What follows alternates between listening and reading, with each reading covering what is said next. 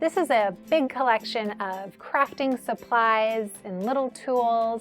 It takes up a large amount of space.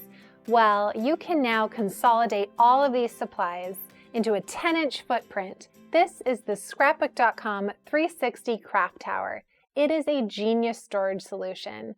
It is on a rotating base, Lazy Susan style, and it is a wonderful organizer for all of your small tools and craft supplies.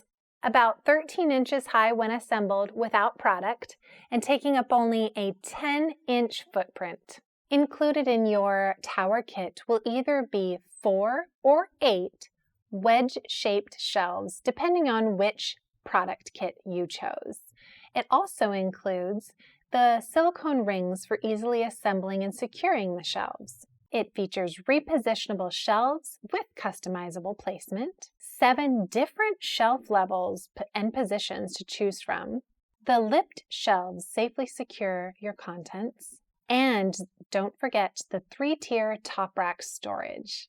The towers can hold a maximum of 14 shelves, and remember to pick up your additional shelves sold separately.